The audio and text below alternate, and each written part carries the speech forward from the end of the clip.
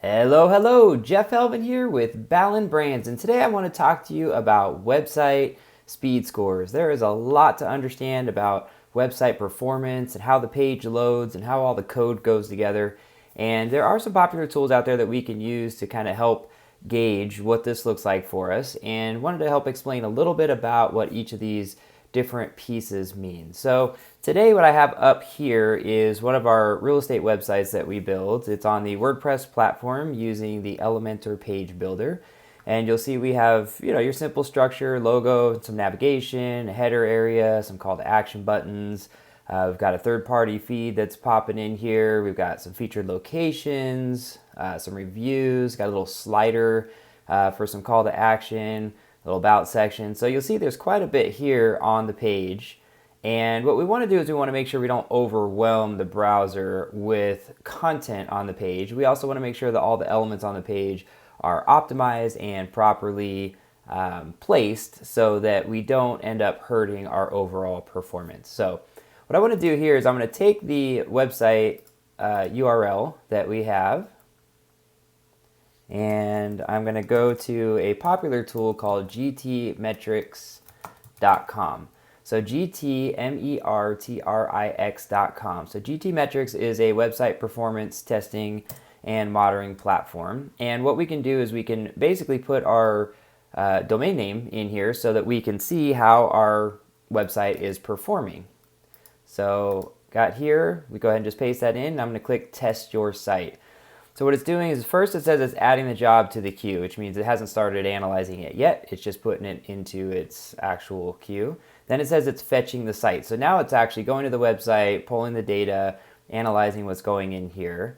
And next you'll see it mentions analyzing with Lighthouse. Now Lighthouse is actually a Google developer tool, and there's some more information on that we can talk about as well. So what we see here is we have the result of the performance. So it's saying when it was generated, it's using a test server in Canada to access the site. Now, why that matters is because if I'm using a server in California and I'm in Las Vegas right now, well then I have a closer connection to that server.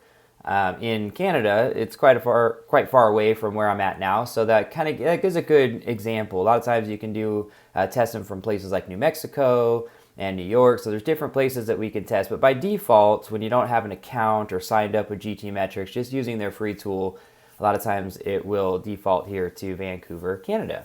It's also saying that we're using Chrome, so it's kind of utilizing the how it's working. Chrome is a Google product, and again, Lighthouse is a Google tool. So even though GTmetrics is not a Google company, they're using the Lighthouse developer tool in order to help display these. You'll actually see this in other third-party website analyzers. They're almost always using Lighthouse, and that's kind of the Google's like the web standard. So that's what we have here. Now we have the metrics, the grades, the web vitals, all that good stuff. So we're going to pop through those here just a little bit to discuss. Now you'll notice too, I had already done a test, and the last test was 99%, this is 100%. You're going to get some variables. A lot of times it's going to depend on your server speed time and different elements, page loads, and things of that nature. So we don't want to get too specific into each individual 1% off here or there. We want to look at the overall scope. Okay, so here's what we're going to analyze here. So our overall metrics grade, and it has this nice little question marks here. So it shows that your GTmetrics grade is an assessment of your overall page performance. So we've got 100%. We're doing pretty good, right? With everything that we have on that page, these websites out of the box are built very well to help you perform and not really be a part of why you can't be successful. Now again, as we add more content, we add more images, we do more text, we change the layouts, those are all things that can affect your overall score. So we want to keep a lookout, each time we're making those types of updates. If I click on performance, it just shows that your Lighthouse performance score is captured by GTmetrics with the custom audits, analysis options. So you can really dig in deep to each of these. The structure, right? So we see that we have an 89%. It's still green, even though it's not an A in the traditional school grades. It's still green, meaning it's still performing well. And although there might be some things that we can do, it's not a huge impact on our overall success and how Google might be ranking us for performance. Then we have things like Web Vitals. So this shows that the largest contentful paint, which basically means the how long it takes for the hero image and the text and the things in the header to load. Now, where this comes into play is if you have giant images, 3,000 pixels wide and 300 dpi, things like that. They're huge file sizes, and that can hurt your load time and your overall speed and this largest contentful paint. So in this case, it's showing 700 milliseconds for it to load. So that's obviously less than a second, so we're pretty good there.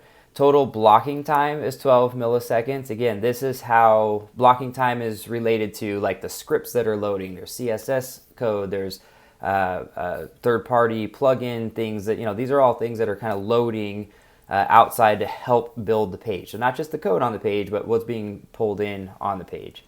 And then the cumulative layout shift, again, is another thing that indicates whether or not there's a lot of, what the user experience is. When I go to the page, do things shift around a lot as they continue to load?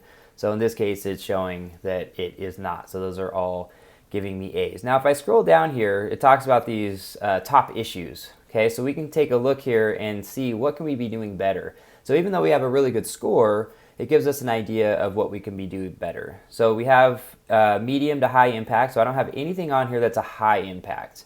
Okay, high impact would be things that really would, maybe the images on the page are super heavy, very, very dense, DPIs, and heavy load times. Those would show up as a high impact because we might be able to reduce those by more than half, and then basically speed up the page load by 100%. So in this case, we have medium to high. So if I click on each one, it shows me actually which images that it is that we're able to optimize to get a better result. Now in this case, you'll see here, this is pulling from the IDX broker integration that we have. So these are images that we actually don't have control over. So even though this is suggesting we optimize them, we actually can't. We don't have that ability because these are images fed from a third party. So if I go back to the website, you'll actually see these are images that are being fed from an MLS. So an MLS has all the data from the agents that enter the property information into their website. That information is sent to IDX Broker, which is the third-party IDX tool that we utilize to integrate. And then IDX Broker then sends that as a widget to our website, so we display the properties on our page. So we don't actually have the ability to go into each of these individual images and optimize them. So basically, even though it's recommended, it's not something we can actually do. So we're going to go ahead and move past that. And you also see, I mean, there's a significant amount of potential savings if we were able to do that, but luckily the rest of our page is built well, so that doesn't have a huge hindrance. Now, the other thing we don't want to do is we don't want to load too many of these images. So most of the time when we're doing showcase pages or using these widgets, we're limiting them to 6 properties, sometimes even just 3 properties, and that's another way because we don't want to load more of those. Now there is the view all results, so I can click on that and see the rest of the properties that match, but as far as like the initial load time that we have on the website, we don't want to overload the page. So that's why we limit our IDX widgets to a certain amount. Now I can go here to serve static assets with a cache policy. So when we look at this again, we see a lot of the IDX broker.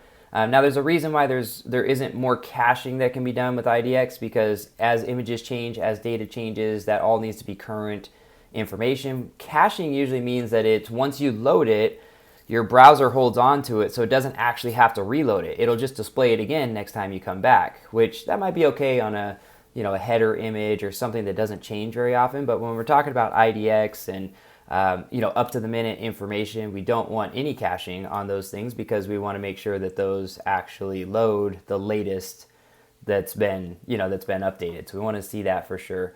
When I go further into this, again, some IDX, then we're going to start to see things like, certain assets, what they're called assets. And these come from, fonts that come in. These are plugins that are being used on the website. There's a lot of things that are kind of, like I said, fed into the website to help develop it. Now you can see here we have 7 days, 30 days. Most of the time you're going to see 14 to 30 days as any cache, which means after 30 days it'll automatically refresh the next time someone comes back to your page. So what the web browser tools, what these analysis tools would tell you is that have them up to a year. Don't have to re-grab the information for up to a year, but you can imagine that as information changes and as your fonts change and your page, if you are using different elements on the page and want things to be more current, well, then you really want them to reload. So in a lot of cases with WordPress websites in particular, you're going to see a lot of this with the plugins and different theme elements and so forth, because we want the site to stay fresh when we do make updates for people that come back.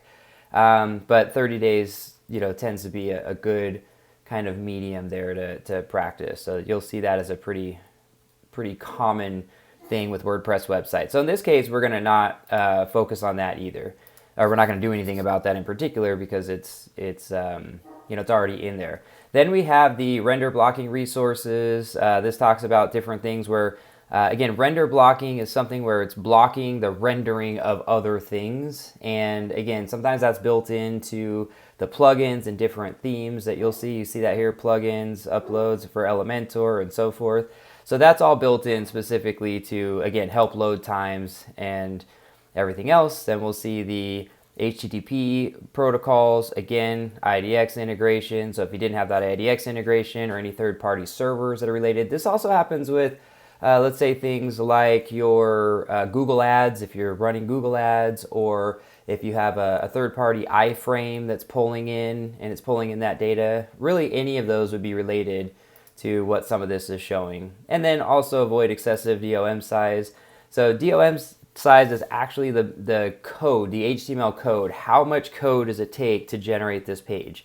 Now, there's a little bit of a balance here that we want to work out, because we don't want the page to be plain, right? But if it is plain, the less code, the less pieces that say, move this here, make it that color, nest it in this fashion, the less of that we have, then the more we're able to, speed up that page load. But we have to find that balance between what looks good and what's effective. So as an overall, we see that we have a very fair thing here, right? We've got a well-performing page. There are a few things we could do to maybe, tip that a little bit further. But if we don't want to lose certain design elements or things like that, then of course we have a choice to make based on all of that. I can click into each of these tabs and get even more and more deeper into it, what each of these means. The Lighthouse tool, just to kind of show you that, is a developer tool from Google. So at developers.google.com/web/tools/lighthouse. That explains a little bit better what Lighthouse is, which is actually an open source platform, meaning lots of developers, not just Google, can contribute to that. And it's automated tool for improving the quality of your web pages. There's also a video on that page that talks about demystifying the speed tooling and what that all means and kind of what the biggest effect is. So if you want to dig more into that, I certainly encourage you to do so. It definitely helps to have an understanding of what that all means. There are some plugins also that we use on our website for optimization. We use a tool called Hummingbird that really does this kind of on-site. And so that's going to give you an overall general idea of how the page is performing and what that means. So if you're getting a C, a D, or an F, then definitely there's something we can look at. You can reach out to us at any time. We'll take a look. Mobile is a whole nother story as well. As you'll notice, this is a desktop analysis. A mobile analysis will usually come out and perform much poorer. And a lot of the reasons behind that is because it's not necessarily loading with it. This is a rendering tool. So what it's doing is it's saying, okay, let's take speed times from a normal computer, desktop, internet connection, and now let's put it on a cellular network.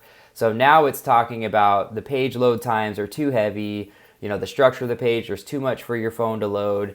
And so it really gives it a much more negative score. Now, you could certainly go the route of having a completely separate website that's scaled down and stripped out of all the design elements and have that load on a mobile device. It gets a little costly to have separate sites for that. But also, test it out yourself and see kind of how that plays out. The reason why I say that is because this might say that your largest contentful paint, which again is the first loading image on the thing, is 4.6 seconds. But if you actually go to your own website on your mobile device or have someone test it, even on a cellular network, you'll see a lot of times they load in under a second. And the reason for that is because the websites and WordPress and these different browsers and these web development tools are getting better at loading more optimized images for you as part of the, part of the platform.